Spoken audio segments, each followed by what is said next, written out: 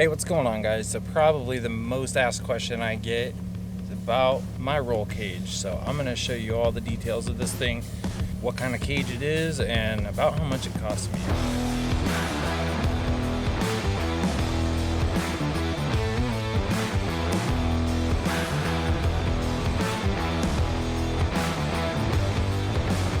Well, I wanted to shoot this video outside, guys, but this wind just will not let up, so we're gonna do it from the garage. You know, you might even ask, do I even need an upgraded cage? Isn't the factory roll bar good enough? And to answer that question, the factory roll bar is designed to save your life one time and get destroyed in the process. So if you have a hard rollover, you are going to taco that thing. The more triangulation that you add to a cage, the stronger it inherently gets. So even if you're starting with a relatively weak base, which is the factory cage, by adding in all this extra support everywhere and redundancies, it just makes it exponentially stronger. So I'm pretty confident with this cage that if I went over real hard on the trail, for the most part that cage is gonna stay intact. It's gonna keep us protected. Alright guys, so my cage in the Jeep YJ, it's a 3-part system. So the first part of it is a stock Jeep roll cage. Now, my Jeep's 91, so it came with the sport cage, which has the angled rear bars. So I did do a family cage swap. Those come out of the 92 to 95 Jeep YJs. I think I got mine for $50 on Craigslist. That was 8-9 years ago, though. They're out there, you just gotta watch for them. The only thing it had wrong with it was some rust on kind of the bottom of the B-pillar feet where it bolted to the tub, so I was able to just grind that stuff clean, get it treated, painted the whole thing, threw it in my Jeep. So that was kind of stage one of my cage, and the whole reason I did that is because I had kids, and I wanted a cage that had something over their heads, because the sport bar, I always joked around and called it the kitty crusher because it came down at an angle and then their heads stuck out above the roll cage. So that's kind of the first little upgrade you could do for really, really cheap. So the second part of my roll cage actually comes from a site that I'm sure you guys have heard of because they make bead locks, they make tons of stuff for Toyotas, but they make Jeep stuff too, and it's called Trail Gear. And they sell what's called the Trail Gear Rock Defense Front Cage Kit, I believe. Now here's the kicker. It's about $450 now.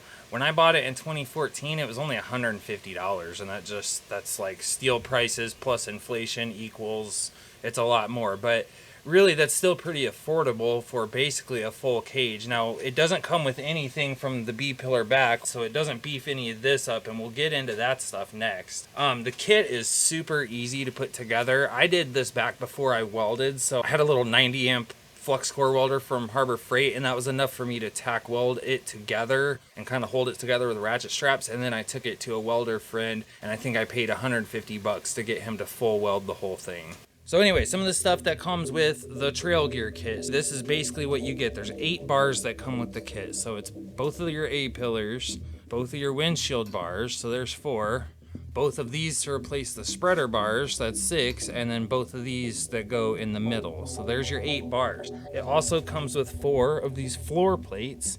So you put one here, one on that side, the other 2 go on the bottom, and then you are responsible for building those. So in addition to that, you just weld them to there, so that way you can still unbolt and fold down your windshield if you want. The other one's a little bit tricky to get to, but you can get the torques to that.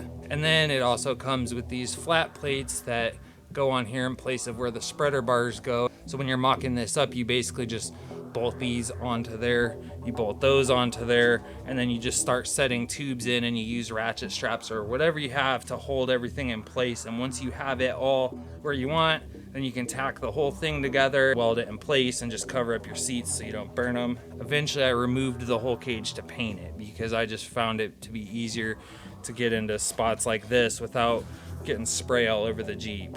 So if my math was right, we have $150 for the kit, $150 for the welding, and $75 for the family roll bar swap. So right now we're sitting at $375. Now we're going to talk about the back of my roll cage and what that ended up costing me. So this is everything that I did to the rear of it. So when I had the sport bar, the back basically mimicked this, but this is the factory family bar right here. So when I went back the third time, which was in 2019, and I said, I want more protection on the rear of the Jeep, right? So I had him add these 2 bars, I had him put this crossbar in between, and then I also had him do these triangulated bars that match up with those ones up in the front. Rather than just going straight dead nuts to the B pillar, I had this idea of putting these kicks in the tubes and then putting that little crossbar in there and then having them line up perfectly with those two. Now you can do this bar yourself pretty easily just on a family bar, but what I'll tell you is that it doesn't do that much. Like if you flop over on your side and slam this, it'll just push it and you'll end up bending that side too. Like it's not enough. That's why we do triangulation. So the rear section on the roll cage ended up costing me 275 bucks. That was for materials and labor, and that also included my frame tie-ins on the A and C pillars. I didn't do tie-ins on the B pillars because there's a body mount like right under where the B pillar sits, so I didn't think it was needed. So when you add that to the 375 that I already paid, that is 650 bucks. And I barely did any of the work. Fortunately, you guys aren't gonna probably be able to get any of this for that price because this was 2014 when I did it. But anyway, yeah, let's take a look at those frame tie-ins that I was talking about. Okay guys, so here's the frame tie-in. So all they did was they welded some tabs on here. They used a bushing and a piece of tubing and then another piece of tubing. These flat plates came with the trail gear kit. So there's a plate on the inside of the floor and then a plate on the outside of the floor. So it's completely sandwiched and bolted to the cage and tied in with the body. And that really keeps a lot of the body roll down also. This is what I was talking about. The B pillar is, in fact, there's one of the bolts for it. There's already a body mount there. So I just didn't think it was super necessary. And then back here in the back, I had already modified these when I opened up these wheel wells because the factory wheel well's like right here. So I had already shoved these back and he ended up using angle iron and tubing up to the same type of fish plate so that it bolts right to this piece.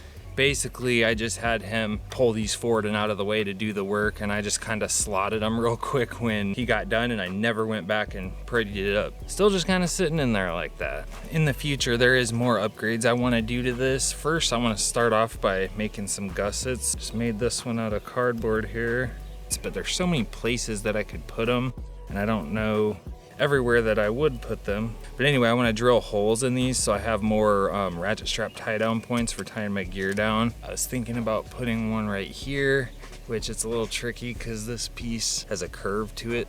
Where do you draw the line though? I mean, I could put them everywhere in every little joint. So anyway, another upgrade I want to do is from the A pillar back here to the B pillar right along my floor. See, I want to tie the B and C together as low as I can, close to this. I really would like to throw in a harness bar across the back and get some harness seats, but it's just gonna make it really hard for my kids to get into the back because I've already got this kind of blocked off, and that's what they usually do is climb over the tire and through that hole. But ever since I put this here and they're getting older, they can barely fit through there. So I don't know if I would go with a removable bar or a permanent one. Also been heavily debating getting some sheet metal to cover that center strip right there on the top and putting some dimple dies in it. Just kind of would just be for looks, honestly, and maybe even cover that little square right there. Maybe a V bar between there and there. I'd have to figure out a new way to mount my rear view mirror.